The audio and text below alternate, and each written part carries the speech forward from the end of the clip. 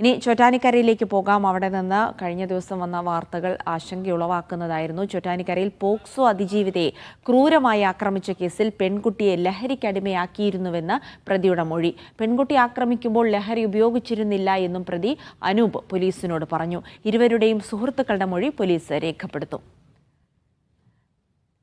നിതിൻ സേവ്യറുണ്ട് വിവരങ്ങൾ നൽകാനായി. നിതിൻ, പ്രതിയുടെ മൊഴിയുടെ വിശദാംശങ്ങളാണ് പുറത്തുവരുന്നത്. എന്തൊക്കെ പറയുന്നു പ്രതി?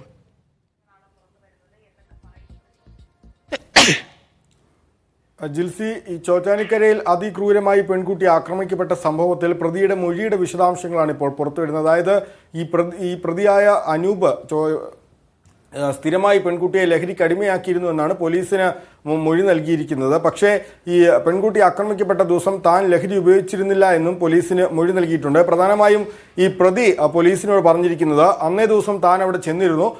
മറ്റൊരു യുവാവുമായുള്ള മറ്റൊരു സുഹൃത്തുമായുള്ള ഈ പെൺകുട്ടിയുടെ ബന്ധം താൻ ചോദ്യം ചെയ്തിരുന്നു. അതുമായി ബന്ധപ്പെട്ട് തങ്ങൾ തമ്മിൽ തർക്കമുണ്ടായി, വഴക്കുണ്ടായി.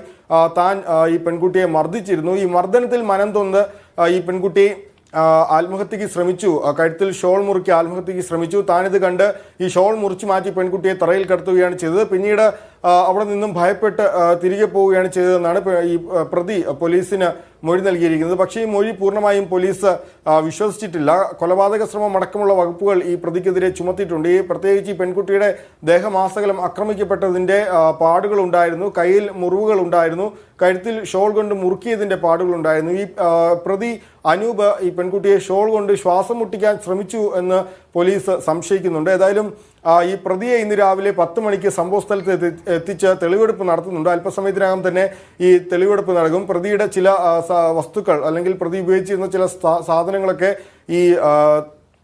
ഈ പെൺകുട്ടിയുടെ വീട്ടിൽ ഉപേക്ഷിച്ച് മടങ്ങിയെന്നാണ് പ്രതി പോലീസിന് നൽകിയിരിക്കുന്ന മൊഴി. അതുകൊണ്ട് തന്നെ ഇതടക്കമുള്ള കാര്യങ്ങൾ ഇവിടെ നിന്നും കണ്ടെത്തേണ്ടതുണ്ട്. പിന്നീട് ഈ പ്രതിയെ കോടതിയിൽ ഹാജരാക്കുമെന്നാണ് മനസ്സിലാകുന്നത്. നിലവിൽ ഈ പെൺകുട്ടി അതീവ ഗുരുതരാവസ്ഥയിൽ തന്നെ തുടരുകയാണ്. കൊച്ചിയിലെ സ്വകാര്യ ആശുപത്രിയിലെ വെന്റിലേറ്ററിലാണ് ഈ പെൺകുട്ടി തുടരുന്നത്. തലയ്ക്കടക്കം മാരകമായ ക്ഷതമേറ്റിട്ടുണ്ട് എന്നാണ് ആശുപത്രിയിൽ നമുക്ക് കിട്ടുന്ന റിപ്പോർട്ട്. കയ്യിലെ മുറിവുകൾ, ഒപ്പം തന്നെ ദേഹത്താകമാനം മർദ്ദിച്ചതിൻ്റെ പാടുകളുണ്ട്. കഴുത്തിൽ ഷോൾ മുറുക്കി കൊലപ്പെടുത്താൻ ശ്രമിച്ചു എന്നാണ് പോലീസ് സംശയിക്കുന്നത്. ഏതായാലും ബലാത്സംഗ വകുപ്പ് കൂടി അമ്മയുടെ പരാതിയിൽ പോലീസ് രേഖപ്പെടുത്തിയിട്ടുണ്ട്. ജിൽസി.